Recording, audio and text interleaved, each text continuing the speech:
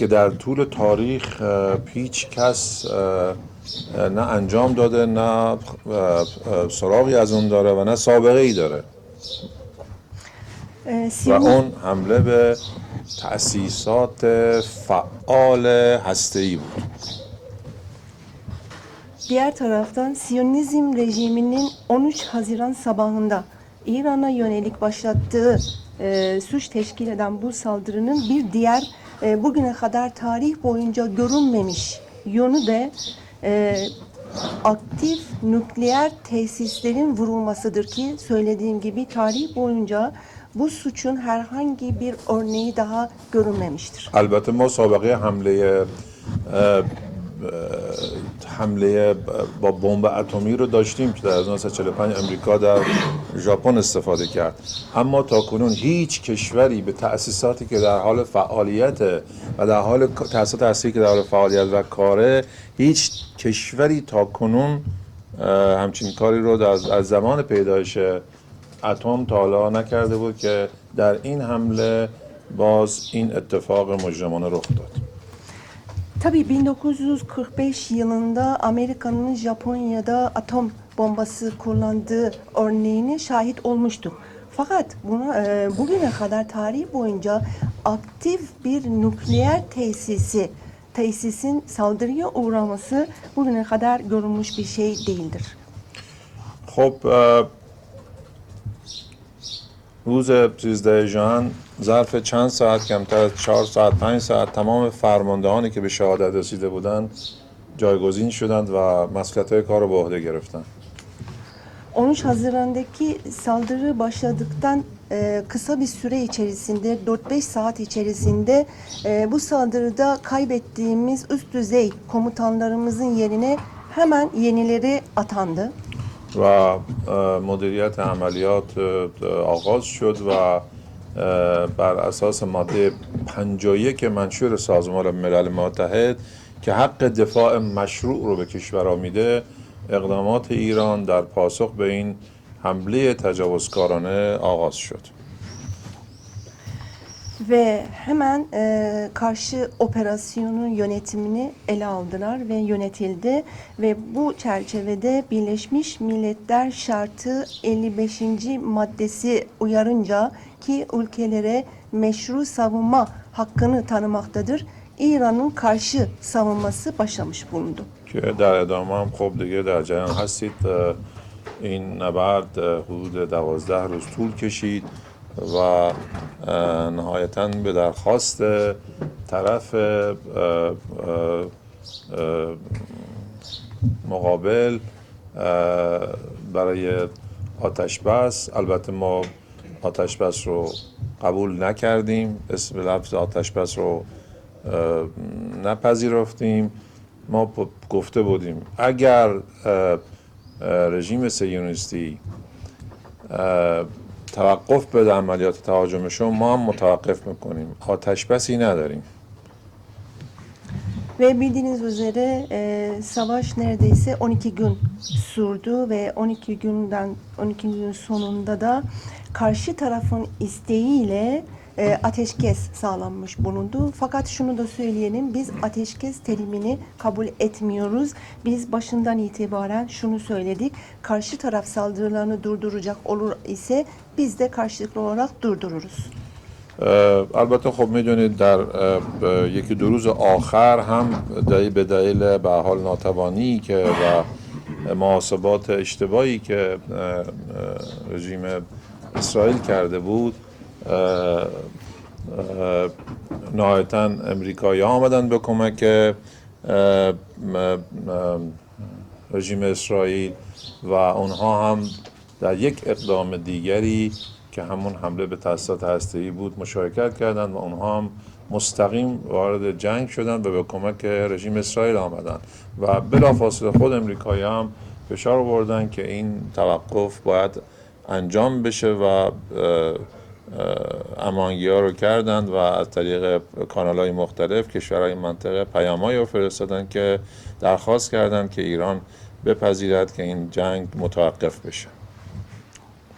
Son 1-2 gün içerisinde de bildiğiniz üzere Siyonizm rejiminin güçsüzlüğünden ve yanlış hesaplarından dolayıdır ki nihayeten Amerika'dan müdahale etmesini istediler ve onlar da hemen Siyonizm rejiminin yardımına koşarak direkt müdahale ettiler savaşta ve bildiğiniz üzere İran'ın nükleer tesislerini vurdular ve hemen onun devamında onlar çeşitli ülkeleri aracı ederek ateşkesin sağlanmasını istediler. Çeşitli ülkelerin aracılığıyla ve bu şekilde saldırılar durduruldu karşılıklı olarak. ظرف این سه روز گذشته‌ای که توقف عملیات بوده فعلا ادامه داره و ما به صراحت گفتیم که اگر اقدام دوباره انجام بشه در پاسخ درنگ نخواهیم کرد. ایران لبنان نیست که یا آتش‌بسی برقرار بشه و هر جنگایی لغو بشه و یا نقض بشه. هرگاه این اقدامی صورت بگیره بلافاصله با پاسخ دوباره روبرو خواهد شد. Son 2-3 gün içerisinde saldırılar durmuş bulunuyor ve şimdilik bu şekilde devam etmektedir. Fakat biz bunu açık bir şekilde söyledik ki herhangi bir saldırı olursa hiç tereddüt etmeden bunun karşılığını vereceğiz. Biz bunu vurguladık. İran Lübnan değildir ki istedikleri zaman saldırasınız, istedikleri zaman durdurasınız ve herhangi bir saldırı söz konusu olduğu zaman İran tereddütsüz bir şekilde yanıt verecektir. خدمت هست. Evet, soru buyur Nuray'a. Gerçi barışa ne kadar yakın görüyorsunuz kendinizi ve barışın şartları size göre nedir? جناب صفی خودتون را به صلح چقدر نزدیک می‌بینید و شرایط صلح چیست؟ ما اساسا به صلح نزدیک بودیم. ما اصلا تو صلح بودیم. ما توی دیپلماسی بودیم. ما رو میز مذاکره بودیم که به ما حمله شد. Biz esasen barıştaydık. Biz barıştan yanaydık ve biz müzakere masasındayken bize saldırıya uğradık. ما 13 ژوئن که به ما حمله شد قرار بود در 16 ژوئن دور ششم مذاکرات هسته‌ای ایران آمریکا برگزار بشه. 13 Haziran'da saldırıya uğradığımızda esasen 16 Haziran'da 6. nükleer müzakerelerinin gerçekleşmesi gerekiyordu. لذا ما در میانه صلح و برقراری صلح این اقدام صورت گرفت که خب میگن یکی از دلایلش اینه که دیپلماسی رو این یک حمله‌ای به حال ارزیابی ما اینه که این یک حمله‌ای به دیپلماسی بود، یک حمله‌ای به میز مذاکره بود، یک حمله‌ای به صلح بود. Dediğim gibi biz barıştayken bu saldırıya uğradık. Biz müzakere masasındayken bu saldırı gerçekleşti ve dolayısıyla bizim yorumumuz şudur ve böyle söyleniyor ki bu saldırı esasen diplomasiye ve de müzakereye yapılmış bir saldırıdır. البته اگه صادقانه بخوام به شما بگم شرایط خیلی سخت‌تر شده نسبت به اون زمان، چون اون زمان هنوز جنگ و تجاوز نظامی اتفاق نیفتاده بود. الان ما یک تجاوز نظامی شده علیه کشور ایران. صدها نفر انسان جان خودشون رو از دست دادن. خساراتی به ما وارد شده. یعنی شرایط امروز گفتگو بسیار متفاوت و سخت‌تر از شرایطی هستش که در 16 ژوئن قرار بود در اون نشست نهایی بشه. Burada açık bir şekilde açıklıkla söylemem gerekirken şudur ki bugün 16 Haziran'daki koşullarımız daha müzakere koşulları daha zordur. Çünkü biz şimdi bir saldırıya, askeri tacize uğramış bulunuyoruz. Bunu göz önüne ve bu saldırı neticesinde yüzlerce insanımızı kaybettik. Büyük zararlara maruz kaldık ve dolayısıyla bugün müzakere koşulları 16 Haziran'da gerçekleşmesi öngörülen müzakerelerin koşullarından daha zordur. Daha zor durumdadır. اما با تمام این تفاصیل ما الان در حال بررسی هستیم که گام بعدیمون رو در رابطه با گفتگوها و مذاکرات و این نشستایی که قبلا بوده çegونه انتخاب کنیم و çegونه الان اون قدم بعدی رو berdاریم. Ama bütün bunlara rağmen biz bu aşamada bir sonraki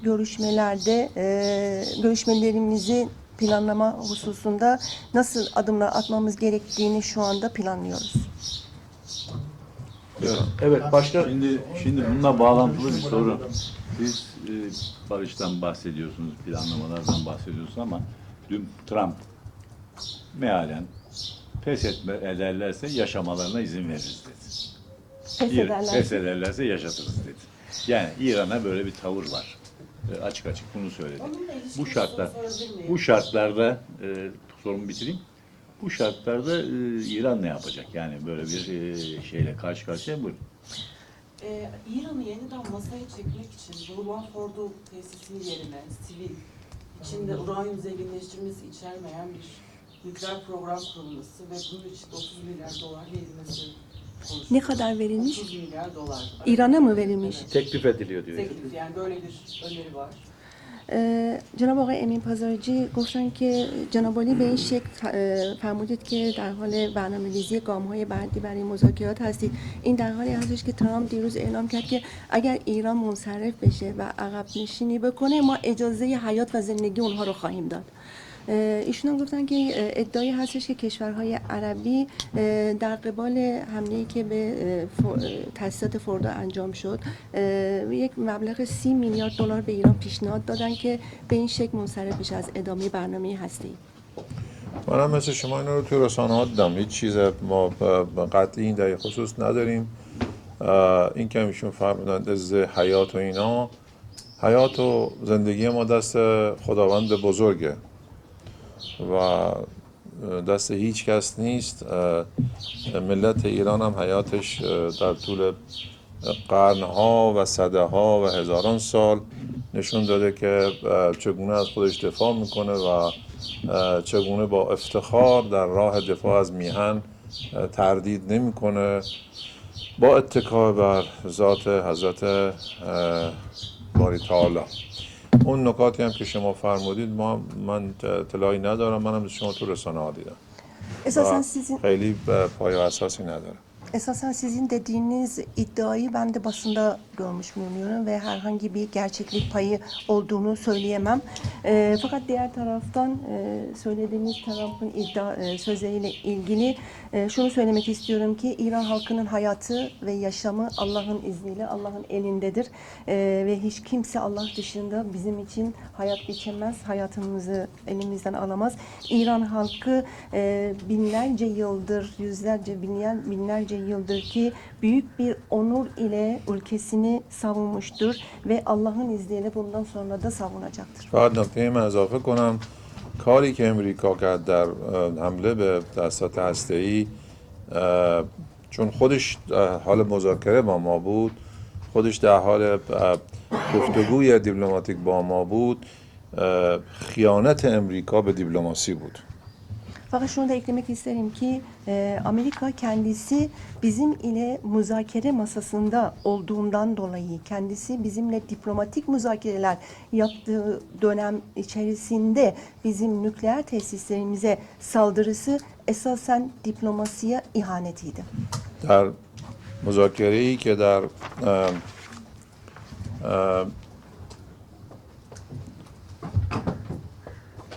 تاریخ روز جمعه گذشته، نه این جمعه قبلیش که در ژنو بین ایران و اروپا قرار صورت گرفت، بین ایران و 3 تا وزیر خارجه کشور اروپایی به اضافه نماینده عالی سیاست خارجی اروپا در ژنو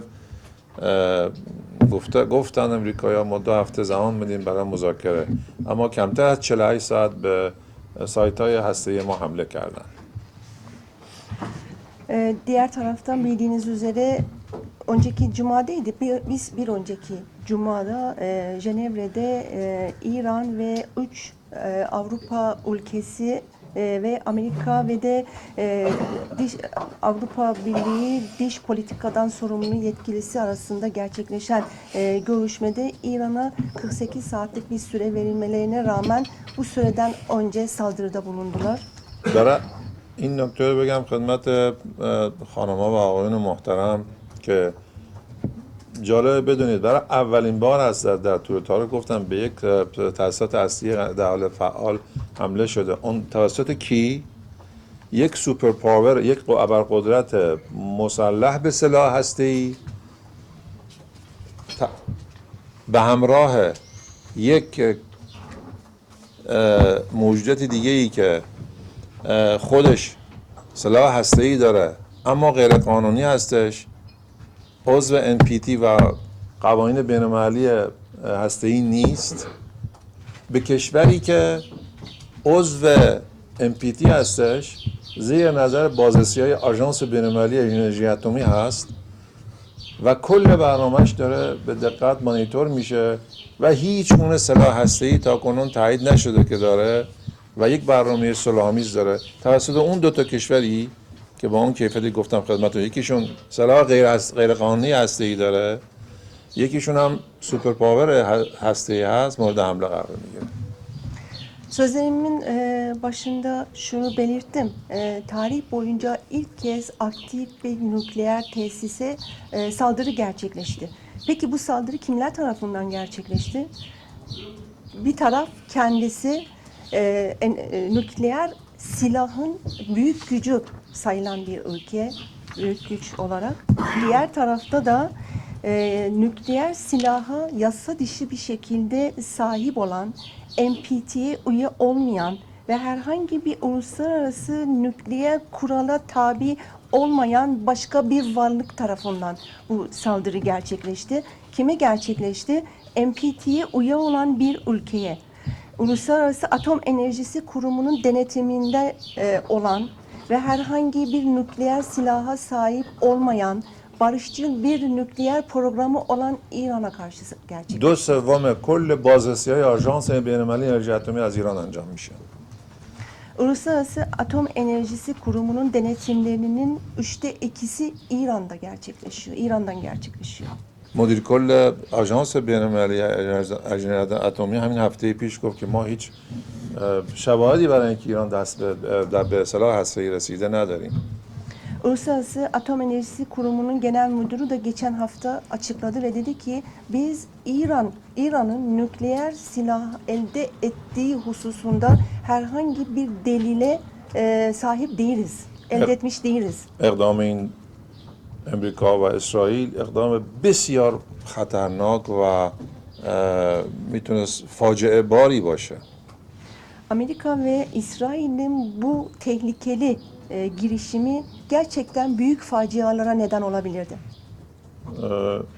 الحمدلله میزان تشعشعات رادیواکتیو و هسته‌ای مهار شد، اما میتونست اگر این موضوع مدیریت نمیشد یک فاجعه‌ای رو رقم بزنه که نه برای مردم ایران، برای کشورهای منطقه و همسایگان هم یک فاجعه بزرگ زیست محیطی ایجاد میشد. Allah'a çok şükür ki nükleer sızıntı önlenmiş oldu. Fakat bu olmasaydı gerçekten sadece İran için değil, birçok ülke ve bölge ülkeleri için büyük facia ortaya çıkarabilirdi. و همین جهت هستش که حفاظت از تأسیسات هسته‌ای و عدم حمله به اونها و طرز و اینا یک اصل غیر قابل تغییر در نظام بین‌الملل. منتها اینها حتی به این موضوع هم توجه نکردن و اینو نقض کردن. البته ایران الان در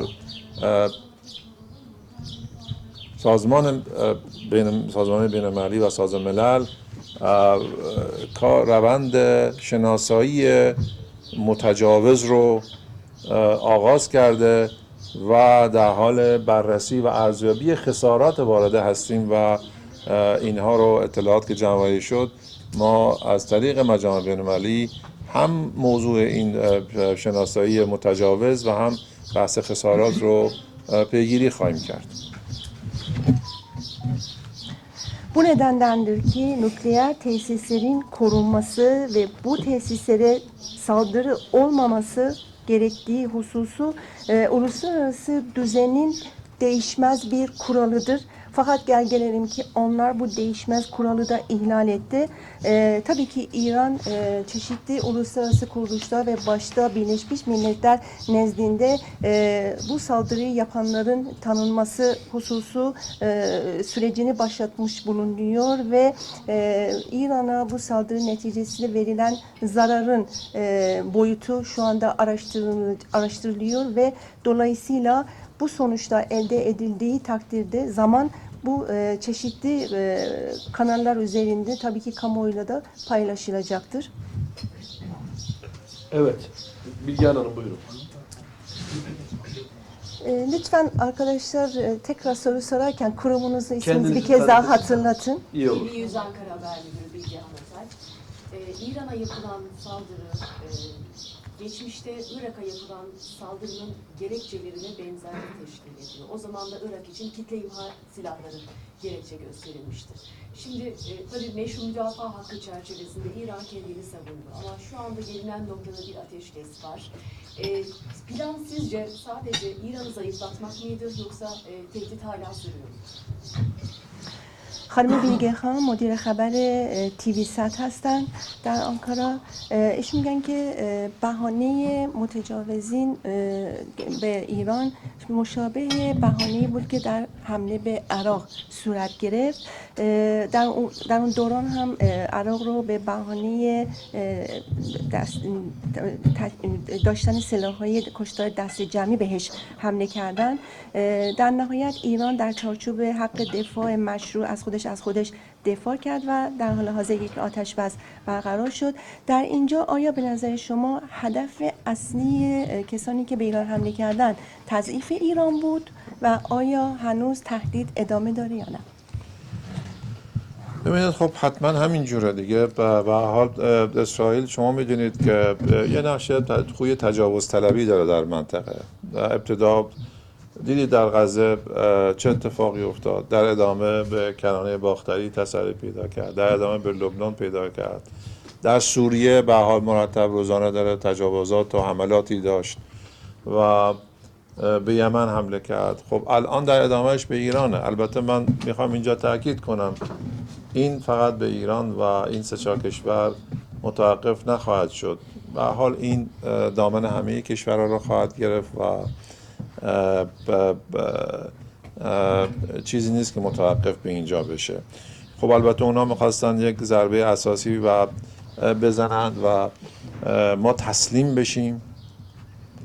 خب که این اتفاق نیفتاد و بحث آسیب به هسته‌ای بود که خب البته ما خساراتی خوردیم، ضرباتی خورده شده، اما من خدمت شما باید عرض کنم که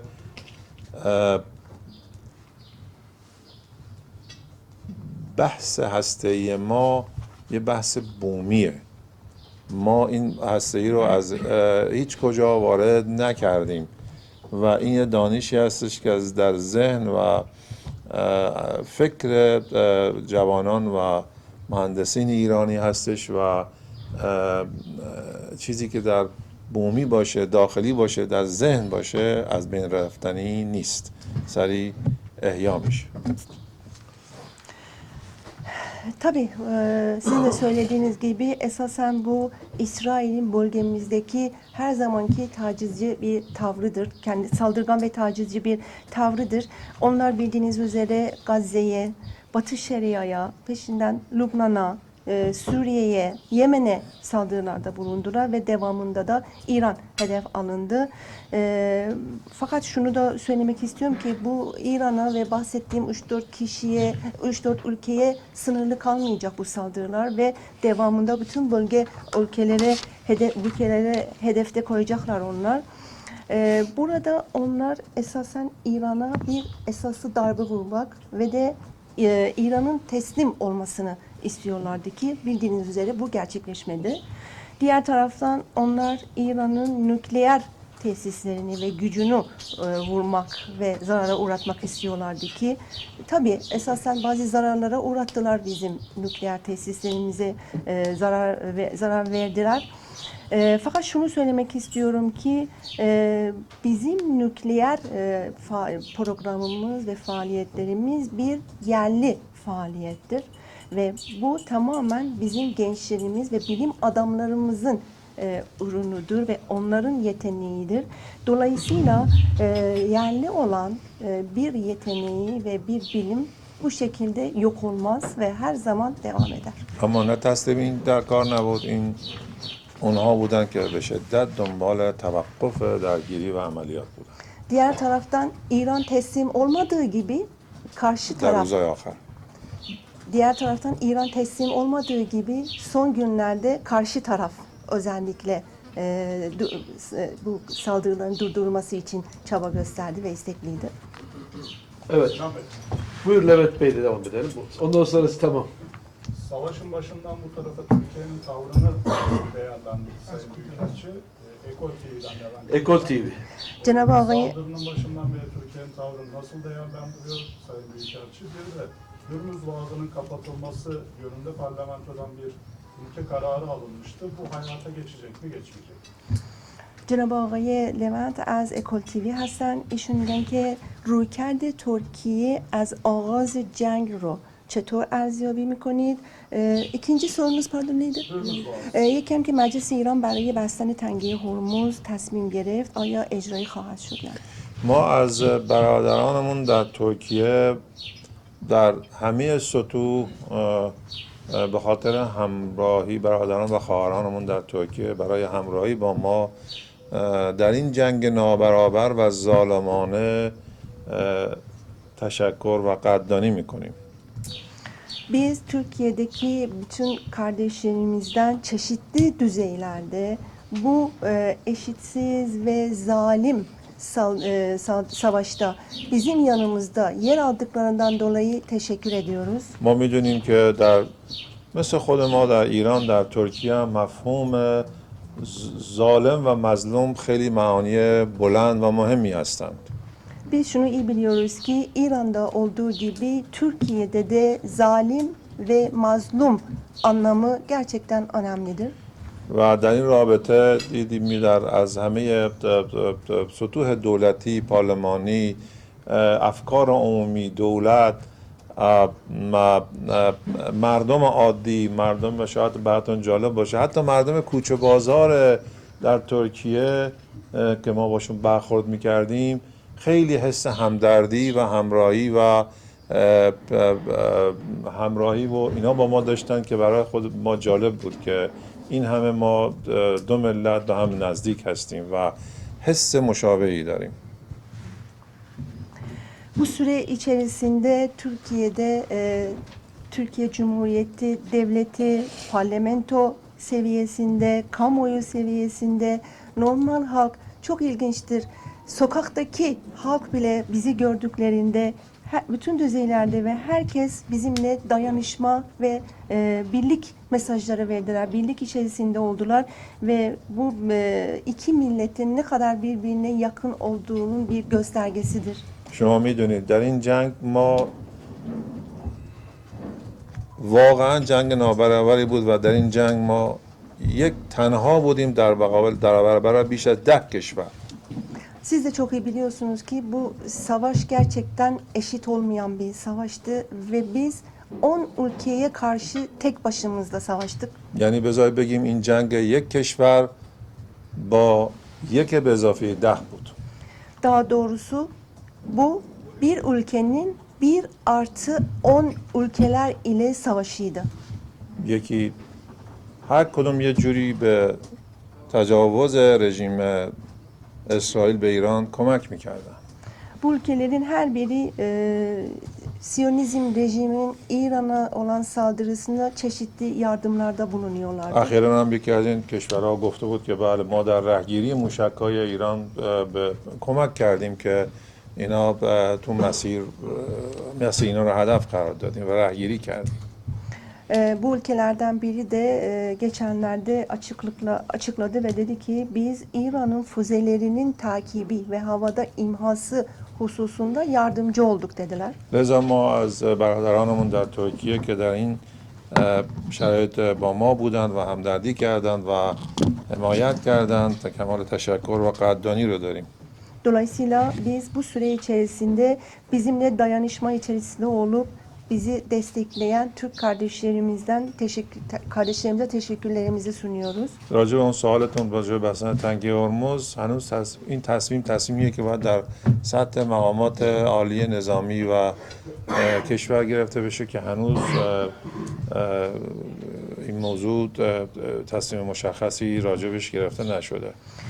İkinci sorunuzla ilgili Hormuz'un kapatılması konusu esasen ülkemizin üst düzey askeri otoritesi ve devlet otoriteleri tarafından kararlaştırılması gereken bir husustur ki hala hazırda belli bir karar ortaya çıkmış değildir. Sıradan gelelim ondan sonra size. Buyurun. Gonca Şener ben Hürriyet Gazetesi'nden. Benim sunum şu anda Amerika Birleşik Devletleri'nde devam eden bir tartışma ile ilgili. Önce Trump, ABD yönetimi İran'ın nükleer kapasitesinin tamamen yok edildiğini açıkladılar. Sonra Pentagon'dan bir takım gazetelerin yaptığı haberlere göre yüzeysel olarak bir zarar verildiği söylendi. Siz henüz zarar tespitinin sürdüğünü belirttiniz ama yani bu ne aşamada bir zarar görüldü? Bu tartışmaya ilişkin yani Trump dahil ABD yönetiminin bu yönde bir açıklama yapmış olmasına ilişkin görüşünüzü merak ediyorum. Ya ben buna tamamlayıcı bir şey ekleyebilir miyim? Buyurun. Şimdi biliyorsunuz nükleer silahlar için zenginleştirilmiş uranyum oranı %90 olması lazım. Sizinle ilgili saldırıdan önce başta İsrail olmak üzere Amerika Birleşik Devletleri özellikle Fordo'da %60 seviyeye çıktığı iddiaları vardı. Fakat arkadaşımın sorduğu gibi Fordo saldırısından sonra özellikle Amerika'nın devreye girmesinden sonra değişik raporlamalar gündeme geldi. İsrail önce bu operasyondan sonra nükleer silah üretiminizin bir yıl ertelendiğini söyledi. Sonra başta CIA olmak üzere Amerika'nın farklı birimleri de 3 ay, 6 ay gibi şeylerden, timinglerden bahsetti, zamanlamalardan. Siz bu konuda hani bir tespit yaptığınız bu durum nedir sizde? خانم قنچه شناری از روزنامه حریت گفتن که من در رابطه با یک بحث در آمریکا از شما سوال دارم. آمریکایی ها و در رأس ترامپ اعلام کردن که ضربه سنگینی پس از حمله به فوردو گفتن که ضربه سنگینی به تاسیسات هسته ایران وارد شده و برنامه هسته ایران خسارت سنگینی رو متحمل شده، ولی بعداً بحث‌های دیگه مبنی بر اینکه این خسارت سطحی بوده و برنامه هسته ایران آسیب چندانی ندیده در بین خودشون مطرح شد. جناب عالی فرمودید که روند شناسایی خسارت در ایران همچنان ادامه داره. با این حساب نظر جناب عالی در رابطه با این بحث ها چیست؟ ایشون هم گفتن که اگر اجازه بدید من در تکمیل این سوال میخوام بپرسم. طبق گفته ها اگر غنیسازی اورانیوم به بالای 90% برسه امکان دسترسی به سلاح هسته‌ای هست. این در حالی است که خود تحلیلگران آمریکایی هم و اسرائیلی هم میگفتن که غنیسازی اورانیوم ایران به بالای 60% رسیده. بعد از حمله آمریکا به نیروگاه فوردو هم ادعا کردن که چنان ضربه‌ای وارد شده که برنامه ایران برای دسترسی به سلاح هسته‌ای 1 سال به تعویق افتاده. بعد ادعای دیگری مبنی بر اینکه نه این برنامه 3 سال و یا نه 3 ماه و یا نه 6 ماه به تعویق افتاده. نظر شما در ارتباط با کل این ادعا چیست؟ ببین نکاتی که شما فرمودید همه ادعای دروغین طرف مقابله. Bakın burada gündeme getirdiğiniz bütün bu konular hepsi karşı tarafın yalan iddialarından اصلا ما ibarettir. برنامه سلاح هسته‌ای نداریم. Biz hiçbir şekilde nükleer silah programı diye bir programımız yok. حرف منم نیست. Bu benim de sözüm değil. آژانس بین‌المللی انرژی اتمی داره اینو میگه. Uluslararası Atom Enerjisi Kurumu da bunu söylüyor. صدها یا نمیدونم چقدر بگم صدها نفر ساعت یا هزاران نفر ساعت بازرسی های آژانس بین‌المللی انرژی اتمی تو ایران شده و جای تاسیسات هسته‌ای ما رو اینا هم حضور دارن هم دوربین دارن. هیچ گونه اثباتی برای اینکه ایران دنبال سلاح هسته‌ای باشه ندارن. اساسا مگه میشه کسی بره دنبال سلاح هسته‌ای و kesi و آژانس و بازرسانی که روزانه اونجا هستن ساعتی چک میکنن دوربین متوجه نشه؟ Bakın şöyle söyleyeyim, yüz binlerce saat kişi dedikleri Uluslararası Atom Enerjisi'nin İran'daki tesislerdeki denetimi vardır. Ve hiçbir şekilde böyle bir şeye rastlanmış değillerdir. Onların raporlarına göre de aynı şekilde İran'a herhangi bir nükleer silah üretimi faaliyeti de yoktur. Şöyle bir şey olabilir mi? Yani daha doğrusu nasıl olabilir? Bir ülke nükleer silah üretim faaliyeti olabilir de nükleer Uluslararası Enerji Atom Kurusu müfettişleri bunu fark etmeyecek. Böyle bir şey mümkün mü? لذا این کل استدلال بر یک پایه بی اساس استواره. چیزی که آژانس داره میگه اینه که 20 سال 25 سال پیش چند گرم مواد اینجا بوده الان اینجا رفته به اونجا یا کجاست اینو مال بیاید بگید چیه و کل مطلب اینه. Dolayısıyla bu iddialar tamamen asılsızdır ve burada esasen Uluslararası Atom Enerjisi Kurumu'nun dediği şu: 20-25 sene önce bir miktar madde şurada vardı. Şimdi bu madde nerede? Sadece bunu sorgulanıyor burada. چیزی که اصلا گم شده، حل شده، برنامه هستی اصلا ماهیتش عوض شده، پیشرفته شده، بزرگ شده، نظارت بیشتر شده، بازرسی بیشتر شده. یک چیز بهانه‌های اصلا بسیار کوچکی که اصلا قابل ذکر نیستن اصلا بخوان بیان مطرح کنن و معلومه بهانه جویی مسئله چیزی دیگه است. Yani geçmişte olan bir program yok olmuş, gitmiş ve niteliği tamamen değişmiş olan, ileri teknolojiye geçmiş olan ve denetim altına almış olan bir program şu anda söz konusu. Dolayısıyla burada ufak tefek bahanelerle, sadece bahane üreterek İran aleyhinde bunlar kullanılıyor. اساساً معاهده NPT برای این تأسیس شده کشورها برای این بهش پیوستن که یک کشورهایی باشن صاحب سلاح هسته‌ای دارای سلاح هسته‌ای اونها سلاح هسته‌ایشون رو کاهش بدن و کشورهایی که سلاح هسته‌ای ندارن بتونن از مزیت استفاده از مزایای صلح‌آمیز هسته‌ای بهره مند بشن. خب این در عمل اتفاق نیفتاد. هم اون کشورهای صاحب سلاح هسته‌ای سلاحشون رو افزایش دادن همین که الان میخوان مانع بشن کشورهای که دیگه که سلاح ندارن از مزیت صلح‌آمیز هسته‌ای بهره مند نشن.